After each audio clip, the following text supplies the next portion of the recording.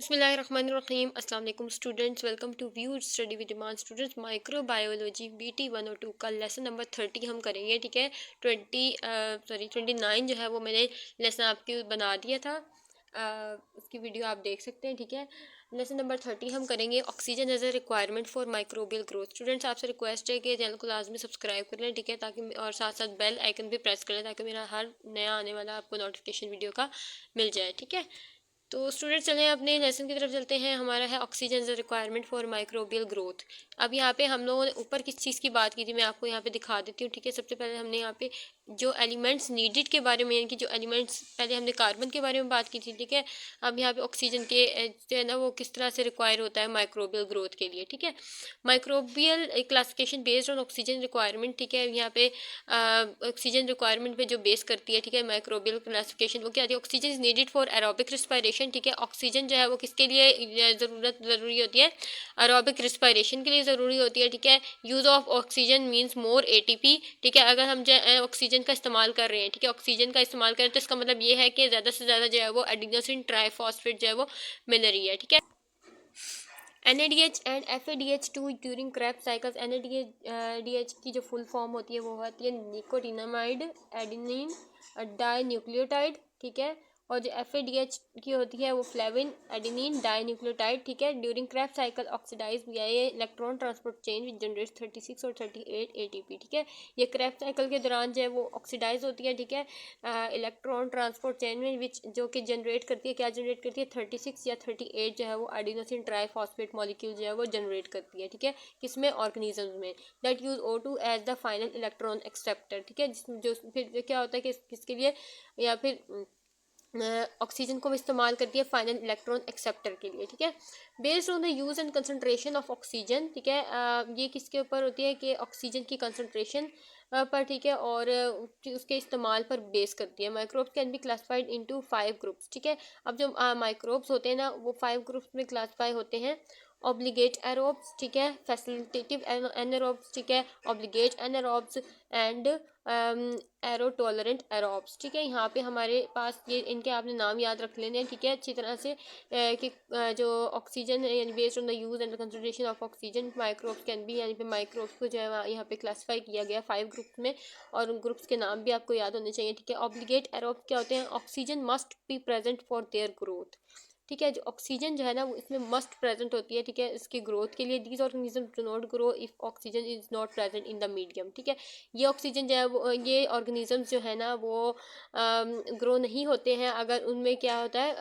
O2 यानी oxygen जो present नहीं होती। If you test this organism in a tube containing nutrient, अगर अगर तो आप जो है ना वो टेस्ट करते हैं इन ऑर्गेनिजम्स को एक ट्यूब में। ठीक है, तो जिसमें जो है वो न्यूट्रेंट हो, the growth will remain confined to the surface only. ठीक है, तो जो ग्रोथ होगी बाकी वो किसके ऊपर होगी? इसकी सरफेस पे। ठीक है, सीधा डायग्राम फॉर द कंसेप्ट। अब देखें यहाँ पे कंसेप्ट के लिए हमें यहाँ पे डायग्राम भी दिखाई गई है। ठीक है, यानी ये जो है ना, देखें ऊपर हमारे उस सरफेस पे ही ये शो हो रही है चीज़। ठीक है ना, देखें ये जिसके अंदर डाले हुए हैं। Mycobacterium tuberculosis is an example of such an organism. In organism की यहाँ पे एग्जाम्पल दी गई है माइक्रो बैक्टीरियम ट्यूबरक्लोसिस। ठीक है, देन फैसिलिटेटिव एनारोब्स क्या होते हैं? दीज ऑर्गेनिजम्स प्रेफर एरोबिक और रिस्पायरेशन। ठीक है, ये जो ऑर्गेनिजम्स होते हैं किसको? एरोबिक रिस्पायरेशन को प्रेफर करते हैं। However if oxygen is not available they can use anaerobic respiration और fermented modes for generating ATPs। ठीक है,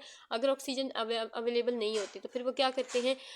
एनारोबिक रिस्पायरेशन का इस्तेमाल करते हैं या फिर कुछ फर्मेंटिव मोड्स का यूज़ करते हैं। ठीक है, ATPs को जनरेट करने के लिए। These organisms will be present through out the tube. ठीक है, ये जो ऑर्गेनिजम्स होते हैं, ठीक है, ये प्रेजेंट होते हैं ट्यूब के ज़रिए। ठीक है, और ट्यूब के ज़रिए। However more growth will be seen on the top close to the surface. ठीक है ना, अब जिस तरह के हम लोग यहाँ पे देख सकते हैं ये है, वैसे तो टॉप ऊपर की तरफ सरफेस पे है, लेकिन ये समझ लें कि नीचे भी ये जा रहे हैं। ठीक है, और सरफेस के क्लोज हैं ये। ठीक है, because these organisms prefer using oxygen if it is available. ठीक है, क्योंकि ये जो ऑर्गेनिजम्स होते हैं ना ये भी जो है वो ऑक्सीजन को प्रेफर करते हैं अगर ऑक्सीजन अवेलेबल हो। अगर ऑक्सीजन अवेलेबल नहीं होती है तो फिर क्या होगा कि वो एनारोबिक रिस्पायरेशन का यूज़ करेंगे। ठीक है,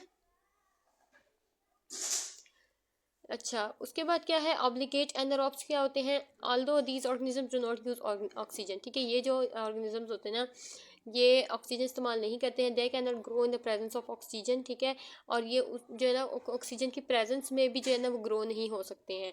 the reason is that oxygen creates toxic compounds which can kill these cells. अब इनको ये जो है वो ऑक्सीजन की प्रेजेंस में क्यों ग्रो नहीं होते हैं, इसकी क्या वजह है, ठीक है, इसकी वजह ये है कि जो ऑक्सीजन है ना वो जो है वो टॉक्सिक कंपाउंड्स हैं वो क्रिएट करता है, जिस which can kill these cells, जो कि उनकी सेल्स को ख़त्म कर सकते हैं, मार सकते हैं। Normally oxygen toxic compounds are eliminated by the sales.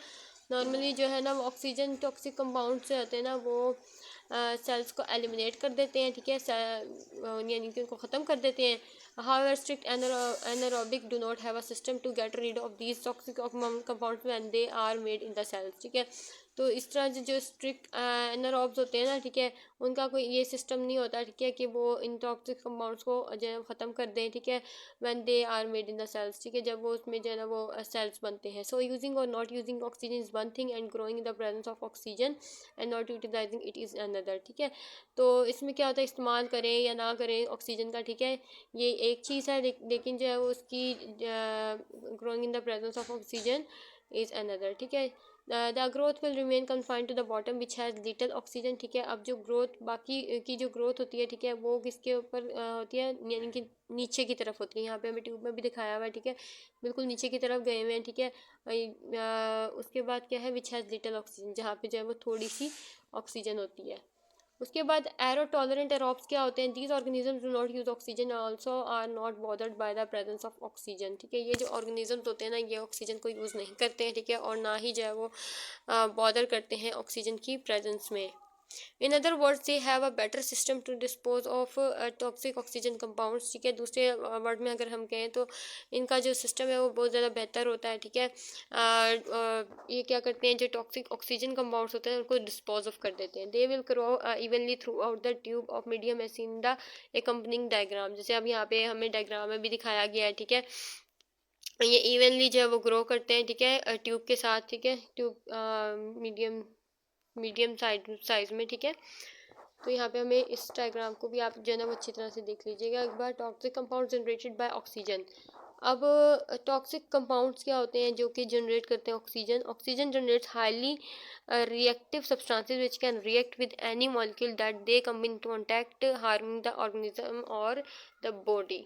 Oxygen जो है वो क्या है कि हाईली रिएक्टिव सब्सटेंसेस जनरेट करते हैं, जो कि जो है वो रिएक्ट कर सकती है किसी भी मॉलिक्यूल के साथ रिएक्ट कर सकते हैं, ठीक है। उसकी वजह से क्या होता है कि ऑर्गेनिजम्स को जो है वो ये नुकसान भी पहुंचा सकते हैं, ठीक है, उनकी बॉडी को नुकसान भी पहुंचा सकते हैं। The following 4 compounds are important to know. अब यहाँ पे जो है ना वो 4 कंपाउंड जो है वो जानना आपके लिए ज़रूरी होते हैं, ठीक है। एक तो सिंगलेट ऑक्सीजन होती है, ठीक है। It is molecular oxygen that has acquired an extra electron and is now in a high energy state and can react aggressively with any other molecule, ठीक है। ये कैसा मॉलिक्यूलर ऑक्सीजन है, ठीक है, जो कि इसमें क्या होता है, एक्वायर होता है, एक्स्ट्रा इलेक्ट्रॉन्स एक्वायर होते हैं, ठीक है।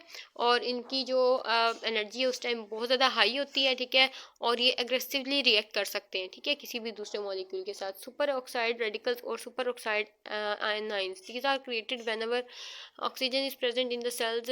ये जो है ना ऑक्सीजन जो है ये उस टाइम क्रिएट होते हैं जब ऑक्सीजन जो है वो सेल्स में प्रेजेंट होती है। However cells have superoxide dismutase that converts them into oxygen H2O2, ठीक है।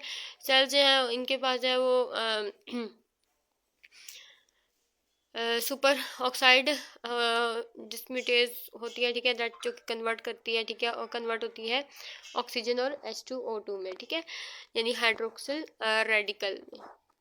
Peroxide anions, when H2O2 is produced, it gives rise to peroxide anions which are toxic to the cells, ठीक है। जब H2O2 जो है वो produce होती है, ठीक है, ये क्या करती है, पर ऑक्साइड आइंस से जो है ना वो निकलती है, जो कि सेल्स के लिए जो है वो टॉक्सिक होते हैं। Cells have evolve to deal with this toxic H2O2 by an enzyme called catalase as under, ठीक है। फिर जो है वो उसके साथ इवॉल्व होते हैं, ठीक है, सेल्स जो हैं इस H2O2 के साथ, ठीक है, जो कि इस तरह का एंजाइम होता है, ठीक है, जिसको हम कहते हैं कैटालेस एज अंडर, ठीक है, हाइड्रोक्स कैटालेस कहते हैं, ठीक है। हाइड्रोक्सल रेडिकल, अच्छा, यहाँ पे जो है वो कुछ रिएक्शंस भी दी हुई हैं, O2 plus electron E minus, ठीक है, O2 और सुपर ऑक्साइड रेडिकल से कहेंगे, ठीक है। देन उसके बाद इसी को अगर हम आगे ले जाते हैं, ठीक है, O2 को प्लस E के इलेक्ट्रॉन के साथ और इवॉल्व करते हैं +2H पॉजिटिव, तो हमारे पास क्या आएगा यहाँ पे H2 और O2, ठीक है। देन H2O2 के साथ हम रिएक्ट करते हैं E, तो ये हमारे पास कौन सा होगा, ऊपर वाला हाइड्रोजन परऑक्साइड। H2O2 के साथ अगर हम रिएक्ट करते हैं, ठीक है, plus H positive, H2O plus OH, तो ये क्या होगा हमारे पास हाइड्रोक्सल रेडिकल। उसके बाद यहाँ पे परऑक्साइड एनाइंस का भी इस तरह से बनाया गया, ठीक है, इसको आप देख लीजिएगा। Hydroxide radical is another intermediate product of oxygen radicals, ठीक है, ये जो है एक दूसरा इंटरमीडिएट प्रोडक्ट होता है ऑक्सीजन रेडिकल्स का। How to test organism for the presence of catalase activity, ठीक है, कि किस तरह से जो है वो टेस्ट करते हैं ऑर्गेनिजम्स को कैटालिस एक्टिविटी के दौरान के लिए, की प्रेजेंस के लिए। How mix a drop of fresh culture with a drop of H2O2 if the organism